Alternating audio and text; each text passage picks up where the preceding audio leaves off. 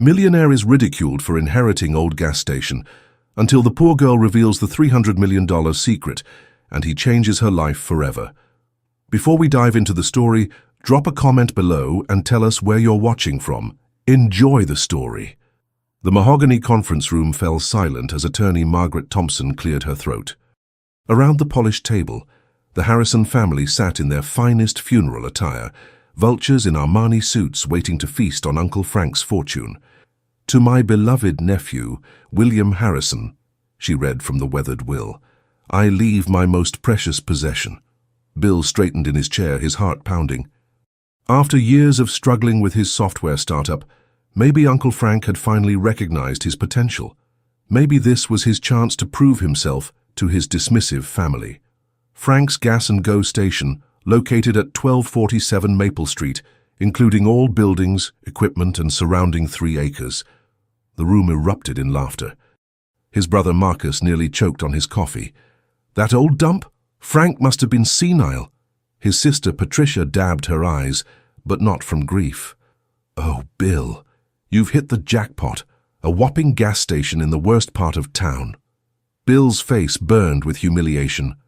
Through the conference room's floor-to-ceiling windows, he could see the gleaming city skyline where his cousins owned penthouses and his siblings ran successful law firms.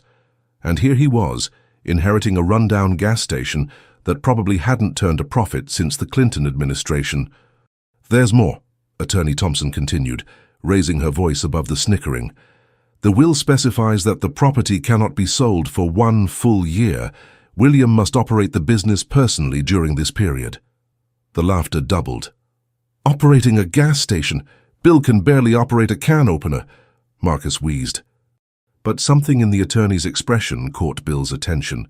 She was studying him intently, as if weighing whether to say something more. Her fingers drummed against a sealed envelope marked, "Private, for William's eyes only." "I believe that concludes the reading," she said carefully, sliding the envelope toward Bill. "Mr. Harrison, perhaps we could discuss the property details privately." As his family filed out, still chuckling about poor Bill and his gas station, Patricia paused at the door. "Don't worry, little brother. When you fail, and you will, maybe someone will buy it for the land, though I doubt it's worth much." Alone with the attorney, Bill stared at the envelope. Uncle Frank had always been the family oddball, the one who believed in him when others didn't. There had to be more to this inheritance than met the eye.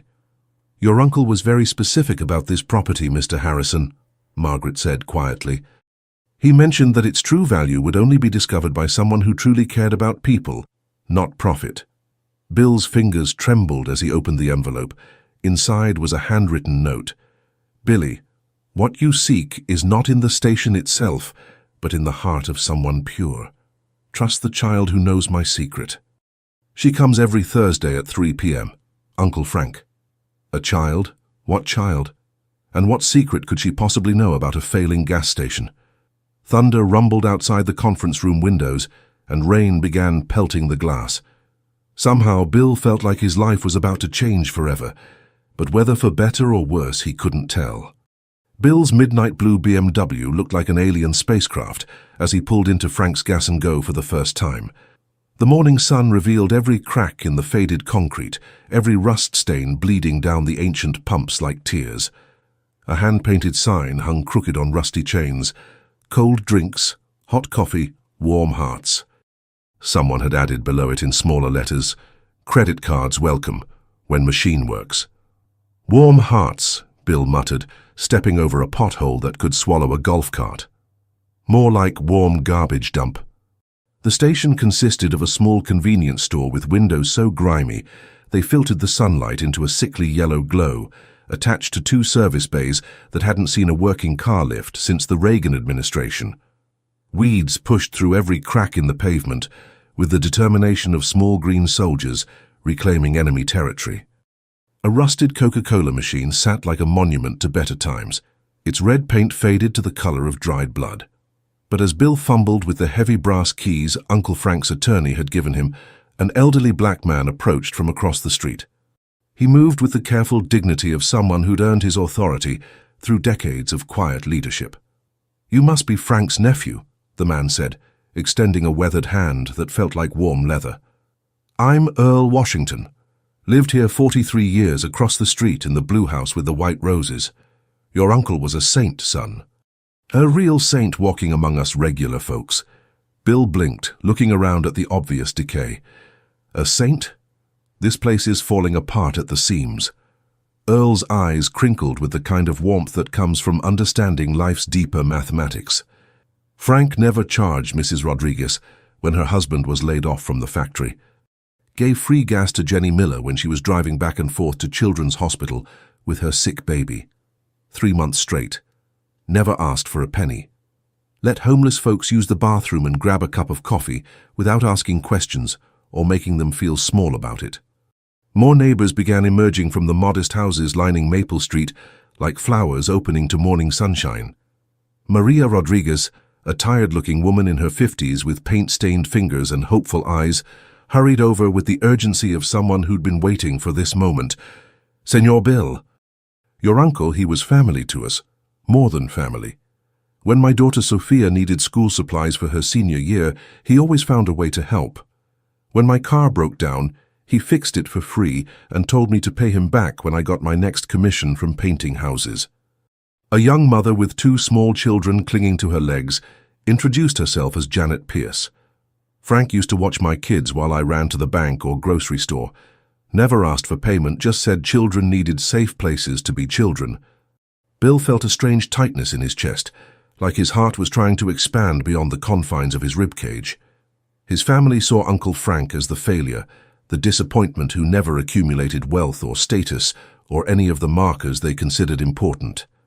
But these people spoke of him like he'd been some kind of community hero, a gentle giant who measured success in smiles and second chances.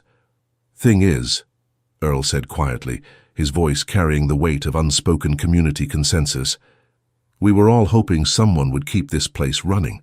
It's not about the gas, you understand. It's about having somewhere to belong when the rest of the world tells you you don't matter." As the neighbors shared their stories, Bill noticed something else that made his skin prickle with unexplained awareness. Every person who approached looked toward the back corner of the property with a strange expression, not quite sadness, not quite hope, but something suspended between the two like a held breath. "What's back there?"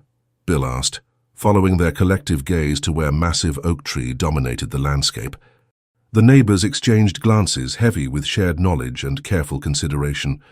Finally, Maria spoke up, her voice soft with the tenderness reserved for discussing wounded children. "That's where little Lucy likes to sit. She talks to your uncle even though—" She trailed off, pressing her lips together. "Even though what?" "Even though he's gone," Earl finished gently, his words carrying the weight of witnessed grief. "Child's been coming here every Thursday since the funeral. Just sits by that old oak tree and talks to thin air like Frank's still there listening. Breaks your heart and fills it up at the same time." Bill stared at the massive oak tree dominating the back corner of the property. Its ancient branches stretched over what looked like a small clearing where someone had placed a handmade wooden bench painted cheerful yellow. The tree seemed to pulse with its own life force, roots probably extending beneath the entire property. The pieces clicked together with the satisfying precision of a combination lock opening. A child who comes every Thursday. Uncle Frank's note about trusting the child who knows his secret. Tomorrow was Thursday. Bill spent Wednesday night in his downtown apartment, pacing the hardwood floors of his minimalist living room like a caged animal. He couldn't focus on anything except Uncle Frank's cryptic note and the mental image of a grieving child talking to an empty tree. At 2:30 p.m. Thursday, he was already parked outside the gas station, watching the oak tree through his windshield, like some kind of private investigator staking out a crime scene. The neighborhood seemed to hold its breath in the afternoon heat. Children played in distant yards, their laughter floating on the warm air like dandelion seeds. Mrs. Rodriguez tended her small garden, occasionally glancing toward the gas station with curious eyes. At exactly 3 p.m. she appeared. A small girl, maybe 10 years old, emerged from between 2 houses across the street, with the purposeful stride of someone keeping a sacred appointment. Her auburn hair was pulled back in a slightly crooked ponytail, secured with a bright blue scrunchie, and she wore a faded pink backpack decorated with unicorn stickers that looked too big for her thin frame. Despite her small size, she carried herself with an old soul's dignity. Bill watched mesmerized as she settled onto the wooden bench beneath the oak tree, opened her backpack with the careful reverence of someone handling precious artifacts, and pulled out what looked like a composition notebook and a thermos decorated with cartoon cats. She began talking, not loudly, but with the animated gestures and changing facial expressions of someone having a genuine conversation with a beloved friend. Taking a deep breath that felt like diving into unknown waters, Bill climbed out of his BMW and approached slowly, not wanting to startle her or interrupt what was obviously a private ritual. "Hello there," he called softly when he was still several feet away, his voice carrying the gentle uncertainty of someone approaching a wild animal. The girl looked up, revealing bright green eyes that seemed far older than her years, eyes that had seen too much loss but refused to surrender their capacity for wonder. "You're Bill," she said matter-of-factly, as if his arrival had been predicted and scheduled. "Mr. Frank said you'd come eventually." Bill's heart skipped several beats. "You knew my uncle?" "He was my best friend in the whole wide world," she said simply, patting the bench beside her in invitation. "I'm Lucy Chen. I live with Mrs. Patterson 3 houses down in the yellow house with the purple shutters, ever since my parents died in a car accident last year. Mr. Frank used to give me oatmeal raisin cookies and let me help him sort the inventory. He told me lots of things about lots of things." Bill sat carefully on the other end of the bench, noting how the wood was worn smooth by years of use and weather. "What kind of things?" Lucy studied him with those unsettling green eyes that seemed to look straight through to his soul. "He said his family thought he was a failure because he didn't make piles of money or live in fancy houses, but that you were different from the rest of them. He said you had a good heart buried under all that fancy city worry and expensive clothes." The accuracy of this assessment made Bill profoundly uncomfortable, like someone had x-rayed his soul and found it wanting. "Lucy, I found a note from Uncle Frank. He said you know a secret about this place." Lucy's expression grew serious, transforming her young face into something ancient and wise. She glanced around as if checking for eavesdroppers, then leaned closer, her voice dropping to a conspiratorial whisper. "He told me about the treasure." "Treasure?" Bill's pulse quickened, images of pirate chests and golden coins dancing through his imagination. "He said there's something buried here worth more than all the money in all the banks in the whole city. But he made me promise with my pinky finger and everything that I would only tell someone who proved they really cared about people more than about being rich." Bill's mouth went dry. "What kind of treasure? Where is it buried?" Lucy shook her head firmly, her ponytail swishing with determination. "First you have to prove you're not like the rest of your family. Mr. Frank said they only care about money and what other people think, but you might be different if you tried hard enough. How do I prove that?" Lucy stood up, shouldering her backpack with the solemnity of someone carrying state secrets. "Keep the gas station open for real, not just sitting here counting days until you can sell it and forget about us. Make it a place that helps people again, like Mr. Frank did." She started walking away with measured steps, then turned back, her green eyes sparkling with mischief and mystery. "Oh, and Mr. Frank said when you're ready to hear about the treasure, I should look for the heart that beats beneath the numbers." Before Bill could ask what that cryptic phrase meant, Lucy disappeared between the houses like a sprite returning to the fairy realm, leaving him alone with more questions than answers, and a growing suspicion that Uncle Frank had orchestrated something far more complex than a simple inheritance. The oak tree seemed to rustle its leaves in approval, as if it too was part of the conspiracy. Bill spent the next 3 days wrestling with Lucy's challenge like Jacob wrestling with the angel. Keep the gas station open for real? He'd never pumped gas in his life, let alone run a convenience store or dealt with the daily reality of retail customers. His software startup experience hadn't exactly prepared him for the nitty-gritty of small business operations. But every time he considered walking away and returning to his comfortable downtown apartment, he remembered Lucy's serious green eyes and Uncle Frank's inexplicable faith in his potential for goodness. Saturday morning found him standing behind the register in borrowed jeans and an old college t-shirt. feeling like an actor who'd wandered onto the wrong stage. The ancient cash register looked like it belonged in the Smithsonian, all brass buttons and mechanical precision from an era when everything was built to last forever. His first customer approached, Earl Washington carrying a folded newspaper and wearing a cautious smile that suggested he was prepared to be disappointed but hopeful to be surprised. "Morning, son. Heard through the neighborhood grapevine that you're giving this a real try instead of just waiting out the year." "Trying being the operative word," Bill admitted, fumbling with the register's mysterious sequence of buttons and levers. "How do you work this contraption? It looks like something Captain Nemo would use to pilot the Nautilus." Earl chuckled, a rich sound like coffee percolating on a cold morning, and walked behind the counter with the easy familiarity of family. "Frank taught me when the register got stuck during the blizzard of '98. You press here first, then here, and then pray to whatever deity handles temperamental machinery that it doesn't eat your money and spit out bottle caps." As Earl patiently demonstrated the register's quirks, more neighbors trickled in with the steady rhythm of a gentle stream.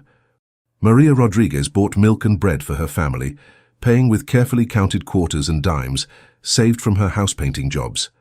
A teenage boy named Marcus, thankfully not his arrogant brother, picked up energy drinks and chips, mentioning shyly that he was saving every penny for community college tuition. By noon, Bill realized something remarkable was happening.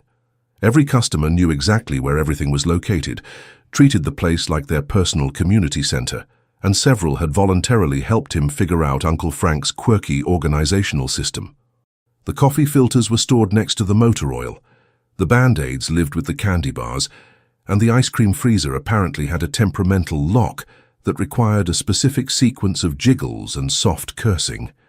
"Your uncle never worried much about profit margins or efficiency experts," explained Mrs. Patterson, Lucy's guardian, as she bought cleaning supplies and a bag of the expensive dog food for her ancient golden retriever.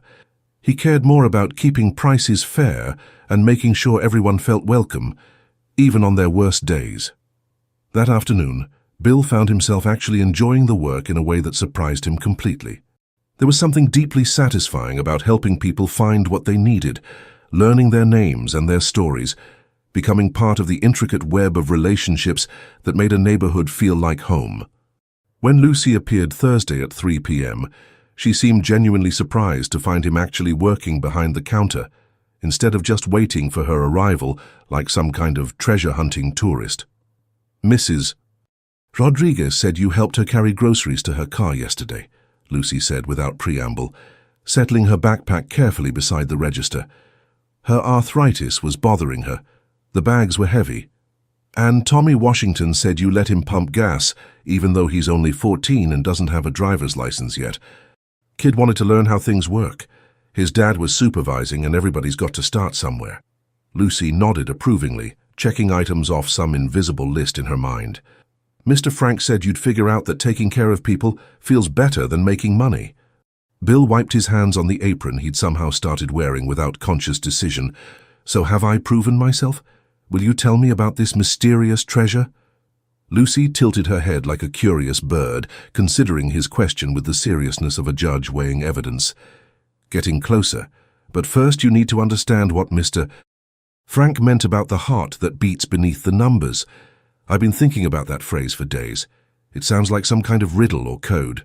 "Not a riddle," Lucy said, pulling her journal from her backpack with ceremonial care.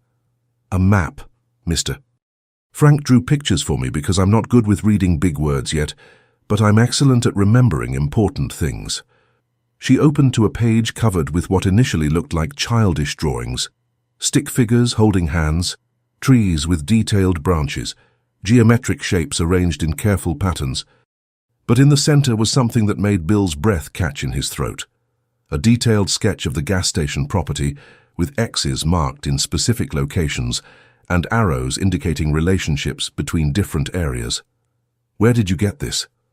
"Mr. Frank and I drew it together the week before he went to the hospital for the last time. He said when the right person came, someone who understood that treasure isn't always gold and silver, I should help them find what's hidden beneath the place where hearts and numbers meet." Bill studied the drawing more carefully, his excitement building like a crescendo. The X's weren't random childhood scribbles. They formed a deliberate pattern around the property, with the largest X positioned directly beneath the oak tree where they'd been meeting. "Lucy," he said slowly, his voice tight with anticipation, "I think your uncle buried something much more valuable than money." Bill couldn't sleep Thursday night, his mind spinning like a hamster wheel powered by caffeine and anticipation. He kept staring at Lucy's journal drawing, trying to decipher what Uncle Frank meant by the heart that beats beneath the numbers.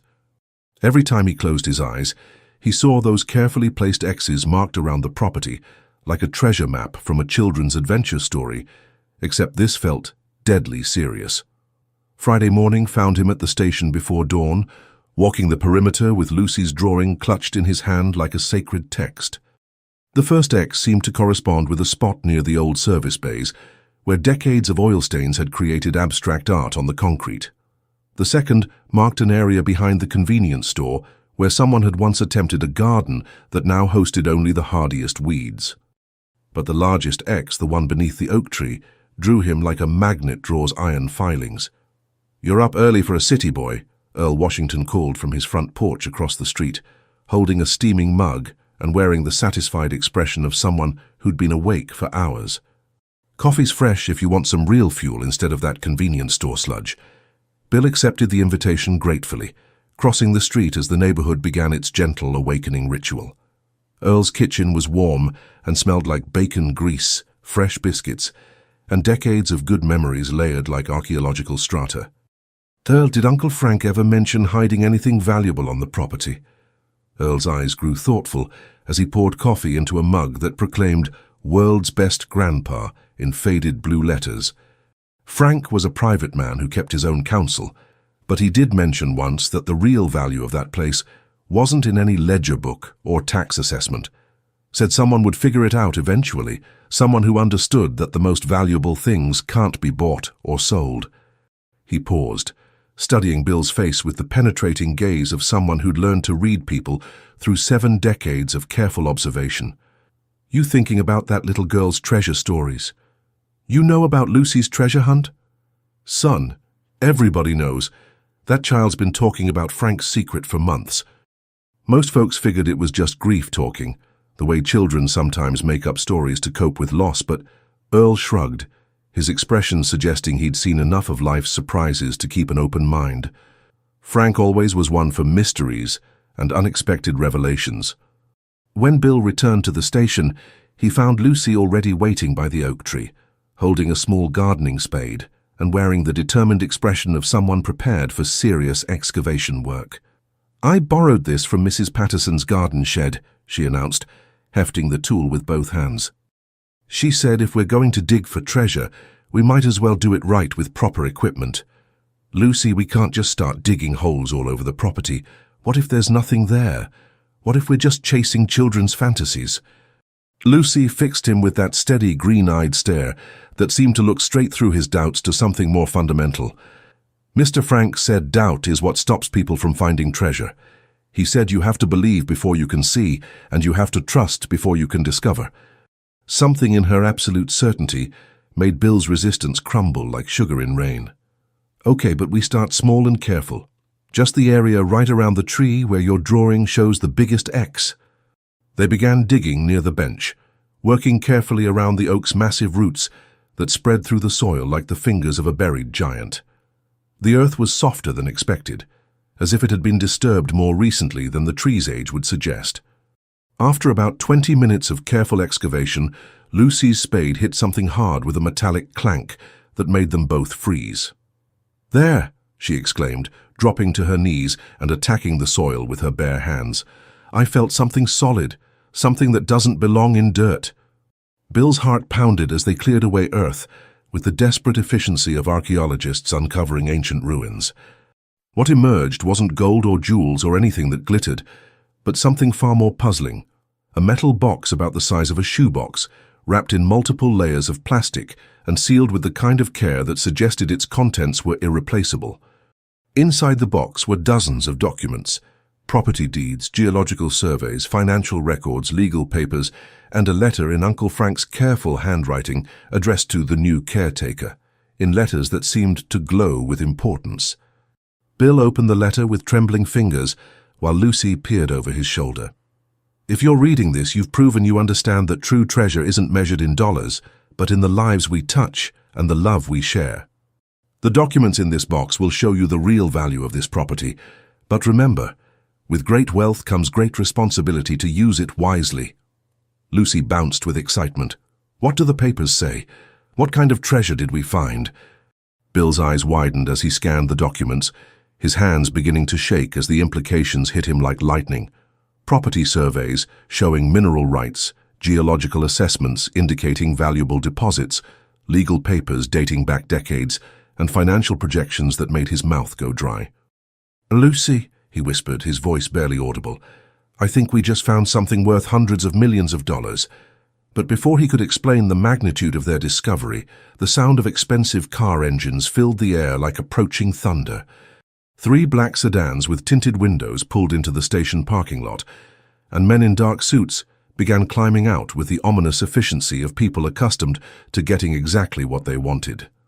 Bill quickly shoved the documents back into the metal box as the men in suits approached, with the coordinated precision of a military operation. Their leader, a thin man with silver hair and cold blue eyes that reminded Bill of winter ice, walked with the predatory confidence of someone accustomed to acquiring whatever he desired through a combination of money and barely concealed threats. "Mr. Harrison," the man called out, flashing a smile that never reached his eyes and held all the warmth of a funeral parlor director. "I'm Robert Sterling from Sterling Development Group. We understand you've recently inherited this charming property." Lucy instinctively moved closer to Bill, clutching her gardening spade like a small warrior's weapon. "Who are they?" she whispered, her young voice carrying the primal fear that children feel when predators enter their safe spaces. "Gentlemen," Bill replied carefully, positioning himself between Lucy and the developers while trying to appear casual despite his racing heartbeat. "This is private property. What can I do for you?" Sterling's companions fanned out across the property, surveying every building and structure, with the systematic efficiency of vultures circling wounded prey. One pulled out a tablet and began taking photographs of every angle, documenting everything with professional thoroughness. Another walked the perimeter, occasionally stopping to examine specific areas with the focused attention of someone following a detailed plan. "We're prepared to make you an exceptionally generous offer for this land," Sterling continued, pulling a thick contract from his expensive briefcase and spreading it on the hood of his Mercedes like a legal altar. $5 million cash, closing within 30 days. That's well above market value for a failing gas station in a declining neighborhood. Bill's mind raced faster than a stock market ticker. $5 million was more money than he'd ever dreamed of possessing, enough to solve every financial problem he'd ever had and buy security for the rest of his life. But Uncle Frank's will specifically stated the property couldn't be sold for 1 year, and more importantly, the documents in the box suggested the land was worth exponentially more than Sterling was offering. "I appreciate the offer, but the property isn't for sale." Sterling's smile faltered slightly, like a mask slipping to reveal something much less pleasant underneath. "Mr. Harrison, let's be realistic about the situation you're facing. This neighborhood is changing rapidly. Soon, this quaint little gas station will be surrounded by luxury condominiums and upscale shopping centers. You can either be part of that inevitable progress, or you can be swept away by it like debris in a flood." "Sounds like a threat to me." Earl Washington's voice cut through the tension like a knife through silk. Bill turned to see Earl and several other neighbors had emerged from their houses, watching the confrontation with barely concealed hostility. Mrs. Rodriguez stood on her porch with her arms crossed, while Janet Pierce held her children protectively close. "Not a threat," Sterling replied smoothly, his voice carrying the oily charm of a snake oil salesman. "Simply economic reality. Mr. Harrison, surely an educated man like yourself understands that maintaining this antiquated business is a losing proposition in today's market. Take our generous offer now while it's still available." Lucy tugged on Bill's sleeve with urgent insistence. "Mr. Frank said never trust people who smile with their mouths but not with their eyes," she whispered loud enough for Sterling to hear, her child's honesty cutting through the adult pretense like a sword through fog. One of Sterling's associates leaned close to his boss and murmured something that made Sterling's jaw tighten, with barely controlled anger. The man's corporate mask slipped further, revealing glimpses of the ruthless predator beneath the polished exterior. "We're also prepared to help with any complications that might arise from local zoning issues or environmental concerns," Sterling continued, his voice taking on a harder edge. "These old gas stations can be quite problematic when it comes to soil contamination and regulatory compliance. The cleanup costs alone could bankrupt a small business owner." The threat was barely veiled now, hanging in the air like poison gas. Bill realized with growing certainty that these men knew far more about the property than they were revealing. Had they been watching him? Had they seen him and Lucy digging? Did they know about the documents? "As I said, the property isn't for sale," Bill repeated firmly, his voice carrying more confidence than he felt. "Now I'd appreciate it if you'd leave my land." Sterling's mask finally slipped completely, revealing the cold calculator beneath the friendly businessman facade. "Mr. Harrison, you strike me as an intelligent man who understands how the world really works. Don't make the mistake of thinking you can hold on to something this valuable indefinitely. Market forces have a way of getting what they want, with or without cooperation." After the developers left, their expensive cars disappearing like dark clouds after a storm, Bill noticed Lucy was trembling despite the warm afternoon sunshine. "They're the bad guys, aren't they?" she asked, her voice small and uncertain. "The ones Mr. Frank warned me about?" Bill knelt beside her, his mind reeling from the encounter and its implications. "What exactly did Uncle Frank tell you about bad guys?" "He said someday people would come who wanted to take away our special place. He said they'd offer lots of money and make scary promises, but they didn't understand what really made it valuable." Lucy looked up at the oak tree, with the reverence of someone gazing at a cathedral. "He said when that happened, I should make sure the right person knew about the heart that beats beneath the numbers." Bill followed her gaze upward into the oak's ancient branches, and suddenly Uncle Frank's cryptic phrase made perfect, brilliant sense. There, carved into the trunk about 8 feet up, were dozens of pairs of initials inside heart shapes, a romantic record of every couple who had gotten engaged under this tree over the decades, a testament to love's endurance. Below the hearts, carved in Uncle Frank's careful handwriting, was a series of numbers that made Bill's breath catch. N42, 3601 W071, 0589, GPS coordinates. "Lucy," Bill said, his voice tight with excitement and growing fear, "I think we've only found the first piece of your uncle's treasure. And I think those men in expensive suits know exactly what we're looking for." Bill couldn't sleep again Friday night, his mind consumed by the GPS coordinates carved into the oak tree and the documents that suggested his uncle's failing gas station sat on something extraordinarily valuable. At sunrise, he found himself standing beneath the tree with his smartphone, inputting the numbers Uncle Frank had so carefully preserved. N42, 3601, W071, 0589. The coordinates pointed to a location approximately half a mile northeast of the gas station, in what appeared to be an undeveloped wooded area behind the neighborhood. Bill studied the satellite image on his phone, noting that the terrain looked surprisingly untouched for being so close to residential development. When Lucy arrived for her usual Thursday visit, she found Bill pacing excitedly beneath the oak tree. His laptop balanced precariously on the yellow bench, while he cross-referenced geological surveys from Uncle Frank's document collection. "You look like my teacher, Mr. Peterson, when he's had too much coffee," Lucy observed, settling her backpack beside his computer with practiced care. "Did you figure out what the numbers mean?" "They're coordinates, Lucy. They point to a specific location about half a mile from here. I think Uncle Frank wanted us to find something else, something bigger than just those documents." Lucy's green eyes lit up with the kind of excitement that only children can muster for genuine adventures. "Like a real treasure map? Can we go look? Mrs. Patterson packed extra cookies today, so we have supplies for exploring." Bill hesitated, glancing around the property where Sterling's men had photographed every detail just 24 hours earlier. "I'm not sure it's safe. Those developers seem to know more about this place than they're letting on." "Mr. Frank always said the best treasures are hidden where scared people won't look," Lucy replied, with the confident wisdom of someone quoting a beloved mentor. Besides, we can't let the bad guys win just because they have scary suits and mean faces. Against his better judgment, Bill found himself agreeing. They locked up the gas station, a process that involved 3 different keys, and checking that the ancient security system Uncle Frank had installed was properly armed, and set off through the neighborhood toward the coordinates. The walk took them through increasingly rural terrain, past the last row of modest houses, and into a stretch of mixed forest that felt impossibly wild for being so close to suburban development.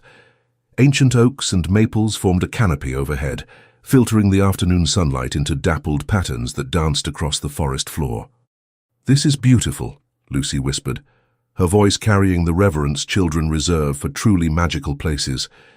"It feels like where fairies would live." Following his phone's GPS, Bill led them deeper into the woods until they reached a small clearing, dominated by what appeared to be an old stone foundation, the remnants of some long-forgotten structure that nature was slowly reclaiming. Moss covered the weathered stones, and wildflowers had colonized the cracks between them. "This is it," Bill announced, checking his coordinates one final time. "Whatever Uncle Frank wanted us to find should be right here." Lucy immediately began exploring the foundation with the systematic thoroughness of a professional archaeologist, running her small hands along the stones and peering into every crevice. "Look at this," she called from the far corner. "There's something carved in this rock." Bill hurried over to find letters chiseled into the stone, weathered but still legible. F.H. 1987, where dreams take root, fortunes grow. F.H. Frank Harrison, Bill breathed. "He's been planning this for decades." They spent the next hour carefully examining every inch of the foundation, but found no obvious hiding places or buried containers. As the afternoon shadows grew longer, Bill began to wonder if they'd misunderstood Uncle Frank's intentions. Then, Lucy made a discovery that changed everything. "Bill, come look at this," she called from behind a particularly large oak tree adjacent to the foundation. "There's a metal box attached to the trunk." Hidden in a hollow of the ancient oak, about 7 feet up and completely invisible unless you knew exactly where to look, was a weatherproof container secured with heavy-duty straps. Bill boosted Lucy up to retrieve it, his hands shaking with anticipation. Inside were more documents, but these made the first discovery look like pocket change, mineral rights extending across hundreds of acres, geological surveys indicating massive deposits of rare earth elements essential for modern electronics, environmental impact studies, and most stunning of all, correspondence with major mining companies dating back 15 years, correspondence that revealed Uncle Frank had been sitting on one of the largest undeveloped rare earth deposits on the East Coast. "Lucy," Bill whispered, his voice barely audible above the sound of wind through leaves. "Your uncle wasn't just a gas station owner. He was one of the wealthiest men in the state, and he kept it secret his entire life." But their celebration was cut short by the sound of vehicles approaching through the forest, multiple engines, driving fast and without regard for the terrain. Through the trees, Bill caught glimpses of black SUVs forcing their way along what must have been an old logging road. "They followed us," Lucy said, her voice tight with fear. "The bad guys found us." Bill grabbed the documents and Lucy's hand. "We have to get back to the station now." They made it back to the gas station just ahead of Sterling's convoy, arriving breathless and covered in bramble scratches from their hurried escape through the woods. Bill's mind raced as he tried to process the magnitude of what they'd discovered, while simultaneously figuring out how to protect Lucy and themselves from increasingly aggressive corporate interests. "Stay close to me," he told Lucy, as they saw the black SUVs pull into the station parking lot. "And if things get scary, run to Earl's house and call the police." This time, Sterling emerged from his vehicle with reinforcements, 2 men who looked more like private security than business associates, and a severe-looking woman in an expensive suit who carried herself with the authority of someone accustomed to making problems disappear. "Mr. Harrison," Sterling called, his voice carrying a harder edge than their previous encounter. "I believe you've been exploring areas beyond your property boundaries. That's concerning behavior for someone in your precarious position." The woman stepped forward, extending a business card with the crisp precision of someone delivering an ultimatum. "I'm Jennifer Walsh," attorney for Sterling Development. We've discovered some irregularities in your uncle's property transfers that require immediate attention. Bill accepted the card with trembling fingers, noting the letterhead of one of the city's most prestigious law firms. What kind of irregularities? Environmental violations, for starters, Walsh replied smoothly. Our preliminary investigation suggests this property may have contamination issues that were never properly disclosed or remediated. The cleanup costs could exceed the property's entire value. That's convenient timing for such discoveries, Earl Washington's voice cut through the tension. Bill turned to see that word of the confrontation had spread through the neighborhood with the efficiency of a telegraph system. Rodriguez, Janet Pierce, and several other residents had gathered across the street, watching the proceedings with protective intensity. Additionally, Walsh continued, ignoring the growing crowd of hostile neighbors, we've identified questions about the mineral rights that were supposedly transferred with the property. It appears your uncle may not have had clear title to subsurface assets. Lucy tugged on Bill's sleeve. They're lying, she whispered urgently. Mr. Frank showed me all his papers. He said he made sure everything was legal and proper because someday it would matter. Sterling smiled, but the expression held all the warmth of a shark sensing blood in the water. Of course, all these legal complications could be resolved quite easily. Our offer still stands, $5 million, immediate closing, and we'll handle all the environmental and legal issues ourselves. And if I refuse, then you'll find yourself facing years of litigation, environmental cleanup costs in the millions, and quite possibly criminal charges for operating a business on contaminated land, Walsh replied with the matter-of-fact tone of someone reciting a grocery list. The threat hung in the air like a toxic cloud. Bill realized they weren't just trying to buy the property. They were attempting to steal it through legal intimidation and manufactured problems. But why go to such extremes for a simple gas station, unless they knew about the rare earth deposits? I need time to review these allegations with my own attorney, Bill said carefully. Of course, Sterling replied magnanimously. You have 24 hours to consider our generous offer. After that, we'll be forced to pursue other remedies. After the legal team departed, the neighbors rallied around Bill with the fierce loyalty of people defending their own. Earl appointed himself unofficial strategy coordinator, Mrs. Rodriguez volunteered to research Sterling Development's background, and Janet Pierce offered to contact her cousin, who worked for the state environmental agency. They're scared of something, Earl observed, as they gathered in the gas station's convenience store for an impromptu war council. Companies don't bring that much legal firepower unless they're trying to hide something big. Lucy sat quietly in the corner, methodically eating cookies and thinking with the intense concentration that adults often underestimate in children. Finally, she spoke up. Mr. Frank said bullies always make the most noise when they're most afraid. He said the trick is figuring out what they're really scared of. What do you think they're scared of, Lucy? That we'll find the rest of the treasure before they can steal it, she replied, with the simple clarity that cuts through adult complexity like a knife through butter. Bill stared at her, pieces of the puzzle beginning to click into place.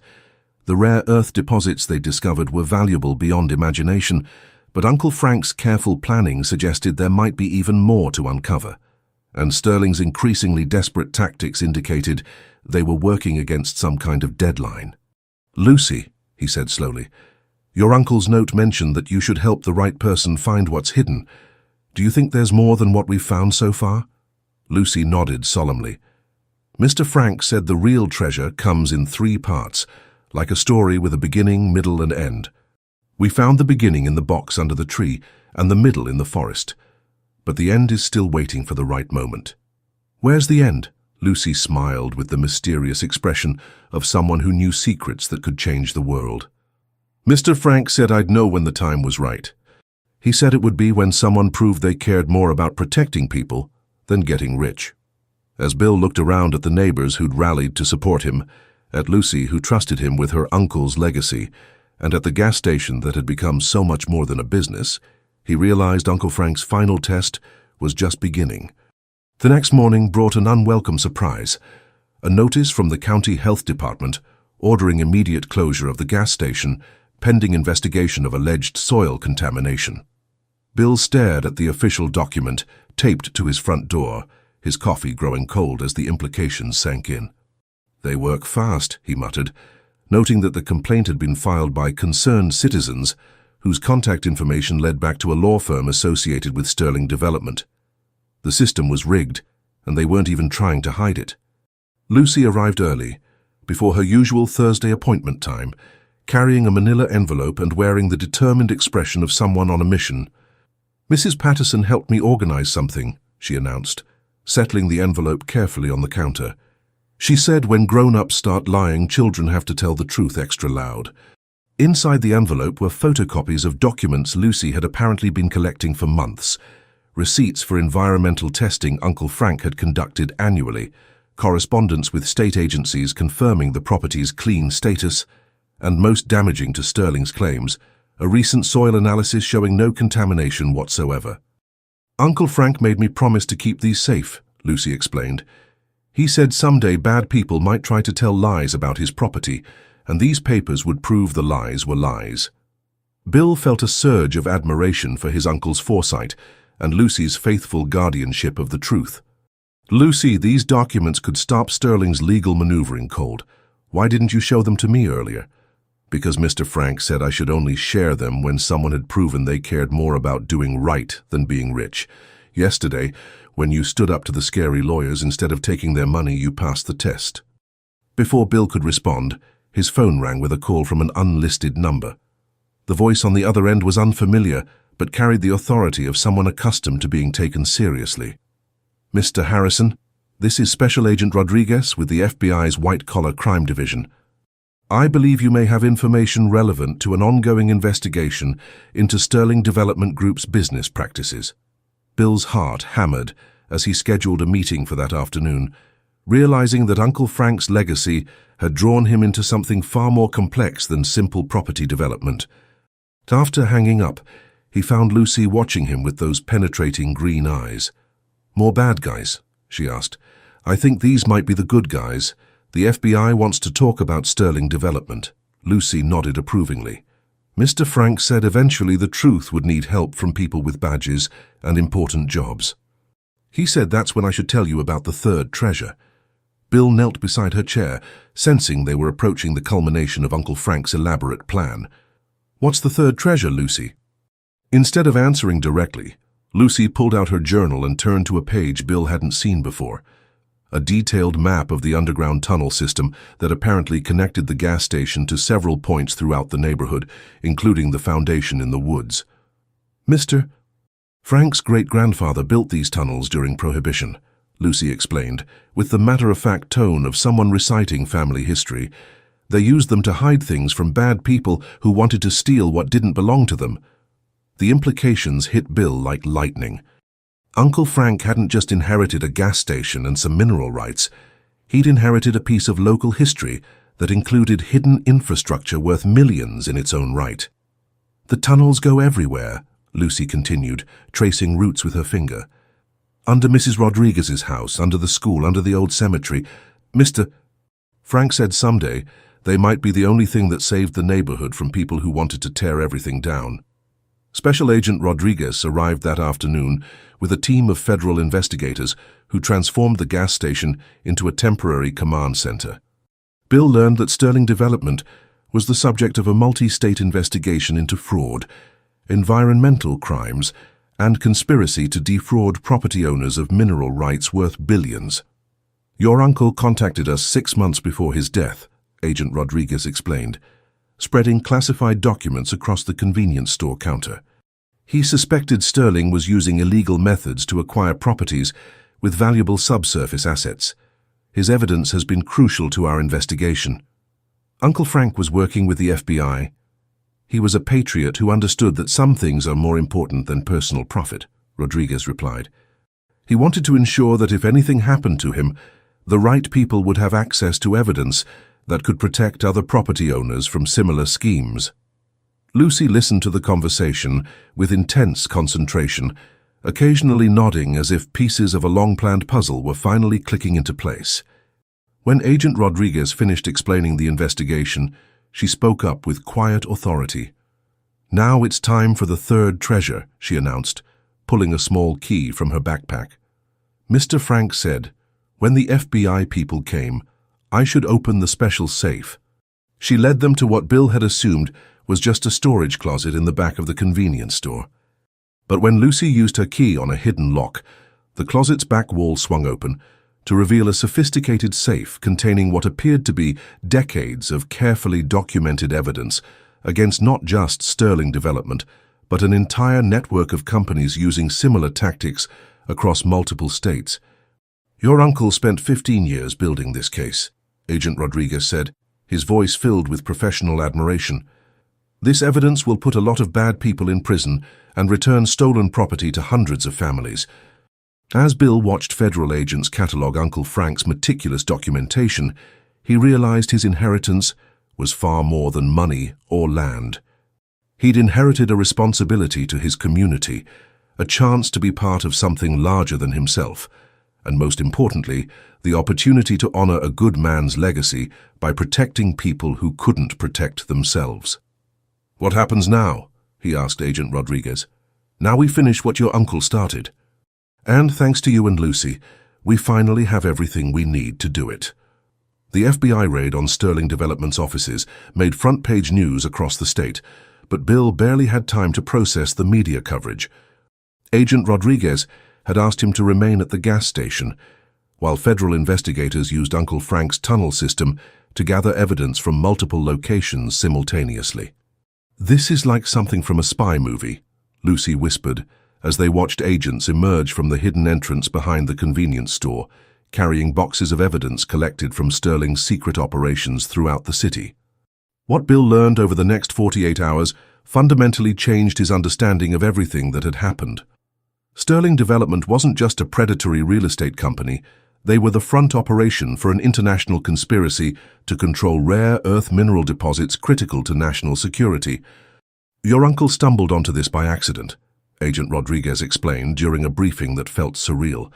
When he had his property surveyed 15 years ago, the geological reports attracted attention from people who track these resources for foreign governments. Sterling was created specifically to acquire his land. 15 years? They've been after Uncle Frank's property for 15 years. They tried everything: legal harassment, financial pressure, even arranging for the city to condemn surrounding properties to force him out. "Your uncle was either the luckiest or smartest man I've ever encountered, because he managed to stay one step ahead of them while building an airtight legal case." Lucy tugged on Bill's sleeve. "Tell him about the letters," she prompted. "What letters?" Lucy disappeared into the back room and returned with another manila envelope. "These came to Mr. Frank every month. He read them to me because he said someday I might need to understand what they meant."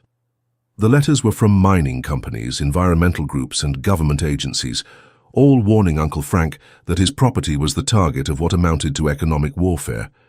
Several explicitly urged him to contact federal authorities, while others offered protection if he agreed to sell his mineral rights to legitimate American companies. "He turned down offers worth over $300 million, Bill said, his voice barely audible as he read through the correspondence. "Because he understood that some things are more valuable than money," Agent Rodriguez replied. "Your uncle believed this deposit should benefit his community, not foreign interests or corporate raiders." The scope of Uncle Frank's vision was staggering. He'd spent 15 years not just protecting his property, but building a legal framework that would allow the rare earth deposits to be developed responsibly, with profits shared among neighborhood residents and environmental protections enforced by community oversight. "He created a trust," Agent Rodriguez continued, handing Bill a thick legal document. "You're not just inheriting a gas station, you're inheriting control of a community development project worth approximately $800 million. Bill's hands shook as he read the trust documents. Uncle Frank had structured everything so that development of the mineral deposits would provide economic opportunities for current residents while preventing displacement or exploitation. $800 million, Lucy asked, her young mind struggling with numbers that large. "More than that, actually," Agent Rodriguez corrected. "Recent geological surveys suggest the deposits extend much further than originally estimated. We're looking at what might be the most valuable undeveloped rare earth resource in North America." But the biggest revelation came when Agent Rodriguez showed them Sterling's internal communications, intercepted during the investigation. The company had been planning to acquire Uncle Frank's property through fraudulent environmental claims, extract the minerals with methods that would have poisoned the groundwater for decades, and abandon the site once the most valuable deposits were exhausted. They would have destroyed this entire neighborhood, Bill said, looking out at the modest houses where families like the Washingtons and Rodriguezes had lived for generations. Your uncle saved them, Agent Rodriguez replied simply. And now you have the opportunity to build something better. Lucy had been unusually quiet during the briefing, processing information with the intense concentration that adults often underestimate in children. Finally, she spoke up with a question that cut to the heart of everything they'd learned. Mr. Frank always said the real treasure was taking care of people. If we're rich now, does that mean we can take care of everybody? Bill knelt beside her chair, understanding for the first time the full magnitude of what Uncle Frank had entrusted to him. This wasn't just about money or minerals or defeating corporate criminals. It was about proving that wealth could be used to strengthen communities rather than destroy them. Yes, Lucy, he said, his voice thick with emotion. I think that's exactly what it means. Agent Rodriguez smiled, and for the first time since this whole adventure began, Bill felt like they'd finally understood the true meaning of Uncle Frank's legacy. The gas station, the mineral deposits, the FBI investigation, all of it had been leading to this moment when someone would have to choose between personal gain and community good. There's one more thing, Agent Rodriguez added, his expression growing serious. Sterling's backers aren't going to give up easily. Even with their legal problems, they have resources and connections that make them dangerous. You're going to need protection until this is fully resolved. How long will that take? Could be months, maybe longer. These kinds of international conspiracies don't unravel overnight. Bill looked around at the gas station that had become the center of his world, at Lucy, who'd trusted him with secrets that could change everything, and at the neighborhood that had embraced him as family. Whatever came next, he knew Uncle Frank had chosen well. The real treasure wasn't buried in the ground or hidden in tunnels. It was the opportunity to prove that some things really are more valuable than money. 3 weeks after the FBI raid, Bill's life had transformed in ways he never could have imagined. The gas station continued operating under federal protection, while lawyers, geologists, and community organizers worked to implement Uncle Frank's trust according to his carefully detailed specifications. But it was Lucy who kept everything grounded in the human reality behind all the legal complexity. Mrs. Rodriguez cried when I told her about the college fund, Lucy reported during one of their daily meetings beneath the oak tree. Happy crying, not sad crying. She said Sophia might actually be able to become a doctor instead of just dreaming about it. Uncle Frank's trust was more comprehensive than even Agent Rodriguez had initially realized. Beyond the mineral rights and community development funds, it included provisions for college scholarships, small business loans, healthcare assistance, and housing rehabilitation throughout the neighborhood. Every detail had been planned to strengthen the community rather than displace it. Earl says it's like Mr. Frank reached out from heaven to give everybody a second chance, Lucy continued, pulling her journal from her backpack with the ceremonial care she reserved for their most important conversations. But Bill had learned that good intentions weren't enough to guarantee good outcomes. Sterling Development's arrest had triggered a feeding frenzy among other companies, trying to position themselves as legitimate partners for developing the mineral resources. Politicians had suddenly discovered the neighborhood existed. Environmental groups wanted to prevent any development whatsoever. And community members were struggling to understand how their quiet lives had become the center of a multi-million-dollar controversy. Some people are scared, Bill admitted to Lucy. Change is hard, even when it's good change. Mr. Frank said that would happen, Lucy replied, turning to a page in her journal Bill had never seen before. He said when the treasure finally came out of hiding, some people would try to grab it all for themselves, and others would be afraid of what it might mean. The page contained what appeared to be Uncle Frank's final instructions, written in his careful handwriting, with additional notes in Lucy's childish scrawl where she'd asked for clarification on difficult words. He made me memorize this part, Lucy said, pointing to a paragraph highlighted in yellow marker.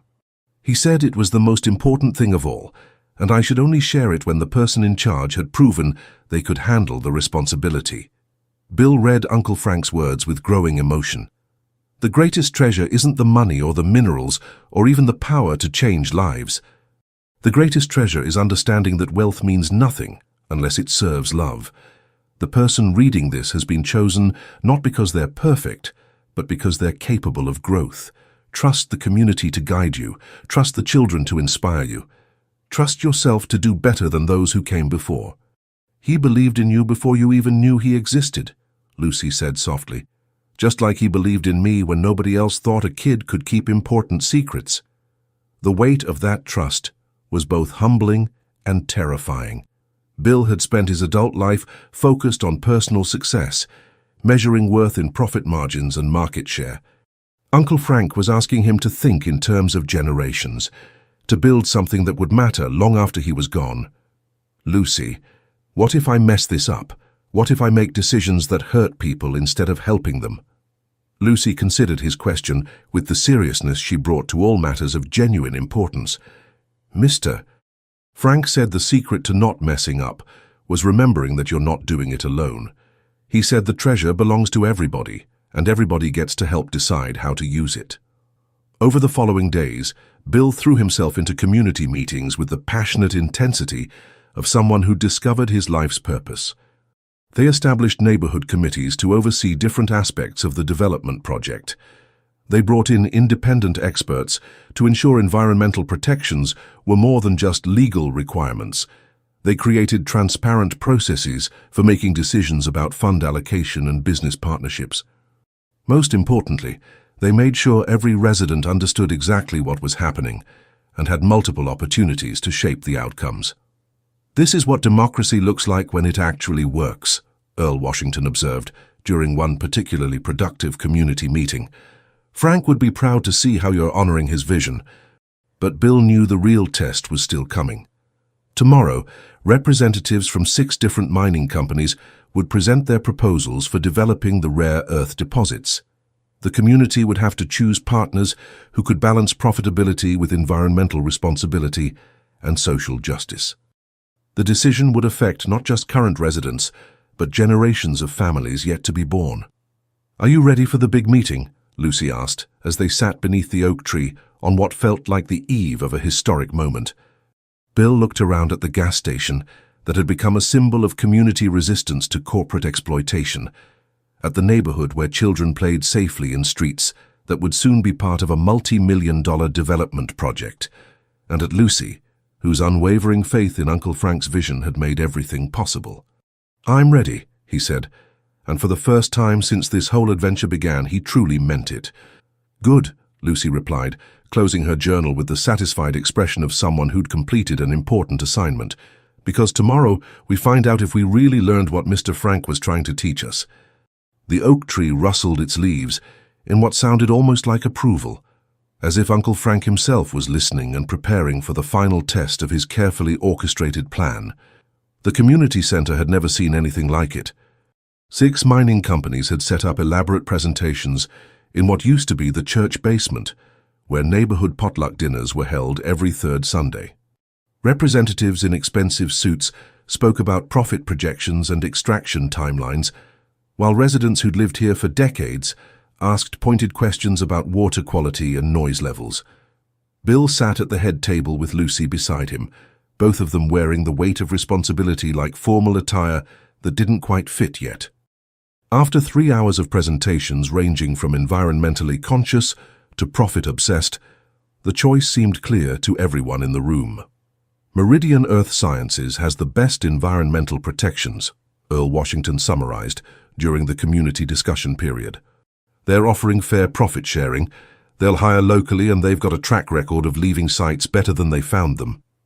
Mrs. Rodriguez stood up, her voice carrying the authority of someone who'd raised 4 children and buried 2 husbands. "But what about our children's children? What about 50 years from now when the mining is done and these companies are long gone?" It was Lucy who provided the answer that changed everything. "Mr. Frank left one more letter," she announced, pulling a sealed envelope from her backpack with the ceremonial care she brought to all of Uncle Frank's revelations. He said I should only open it when the grown-ups were ready to think like children. The envelope contained a proposal so simple and revolutionary that it took several minutes for the adults to fully grasp its implications. Uncle Frank suggested that instead of selling mineral rights to any single company, the community should form its own mining cooperative, hiring expertise as needed, while maintaining complete control over operations, environmental standards, and profit distribution. He calculated everything, Bill said, scanning Uncle Frank's detailed financial projections. We can afford to hire the best geologists, the most advanced equipment, the strictest environmental monitoring, and all the profits stay in the community forever. Agent Rodriguez, who'd been quietly observing the proceedings, stood up with a smile that transformed his usually serious face. For what it's worth, the federal government would much prefer seeing these resources developed by an American community cooperative rather than any multinational corporation. The vote was unanimous. Over the following months, Bill discovered that managing an $800 million community trust was simultaneously the most challenging and rewarding work he'd ever undertaken. Every decision required balancing competing interests, every expenditure demanded community approval, and every success belonged to everyone. But it was the small moments that revealed the true treasure Uncle Frank had left behind. Like watching Sofia Rodriguez graduate valedictorian from the state university, her medical school acceptance letter framed on her mother's kitchen wall beside a photo of Uncle Frank at her quinceañera. Like seeing Earl Washington's granddaughter open her veterinary clinic in the renovated building that used to house Sterling Development's local offices. Like discovering that the gas station had become an informal community center where neighbors gathered to solve problems and celebrate victories. People drive from other towns just to see how we did it, Lucy reported during one of their weekly meetings beneath the oak tree. She was 12 now, taller and more serious, but still carrying the same unicorn backpack and still treating their conversations like the most important appointments of her week. Did what? Proved that money can make people happier instead of meaner, she replied with the matter-of-fact wisdom that had guided them through Uncle Frank's elaborate treasure hunt. The gas station still operated, though it had been thoroughly modernized with solar panels, electric vehicle charging stations, and a convenience store that showcased products from local businesses. Bill had kept his promise to run it personally, discovering that pumping gas and chatting with customers remained one of his favorite parts of each day. But the real transformation was visible in the faces of people who'd learned to believe in possibilities they'd never dared imagine. Children who'd grown up expecting to leave the neighborhood for better opportunities were now planning to stay and build something unprecedented. Adults who'd spent decades struggling financially were investing in education, starting businesses, and dreaming about their grandchildren's futures. Uncle Frank would be proud, Lucy said, following Bill's gaze across the bustling street where construction crews were building the new community college campus funded by the mining cooperative. He'd be proud of you most of all, Bill replied. You kept his secret safe and you trusted the right person to help make his dreams come true. Lucy considered this for a moment, then shook her head with the gentle correction of someone who understood the deeper truth. He'd be proud of all of us for remembering that taking care of each other is what makes treasure actually valuable. As the sun set behind the oak tree where it all began, Bill reflected on how completely his life had changed. He'd inherited what he thought was a worthless gas station and discovered it was an invitation to join something larger than himself. He'd been humiliated by his wealthy family and found real wealth in the relationships that money couldn't buy. Most importantly, he'd learned that Uncle Frank's greatest gift wasn't the mineral deposits or the legal trust or even the elaborate plan to protect the community from corporate predators. His greatest gift was the example of how to use whatever resources you have, whether it's a gas station, a kind word, or $800 million, to make the world a little bit better for the people around you. Same time next week? Lucy asked, shouldering her backpack as parents across the neighborhood called children home for dinner. Same time next week, Bill confirmed, watching her skip toward Mrs. Patterson's house where homework and homemade cookies waited. He remained beneath the oak tree for a few more minutes, listening to the sounds of a community that had learned to thrive instead of just survive. Tomorrow would bring new challenges, new decisions, and new opportunities to prove that Uncle Frank's faith in human goodness hadn't been misplaced. But tonight, Bill simply sat in grateful amazement at the treasure he'd been privileged to discover. The knowledge that wealth means nothing unless it serves love, and love means everything when it's shared with people brave enough to dream together. The oak tree rustled its leaves in the evening breeze, and Bill could swear he heard Uncle Frank's gentle laughter carried on the wind, pleased beyond measure that his carefully orchestrated treasure hunt had led to the most valuable discovery of all: the truth that the best inheritances aren't what we receive, but what we choose to give.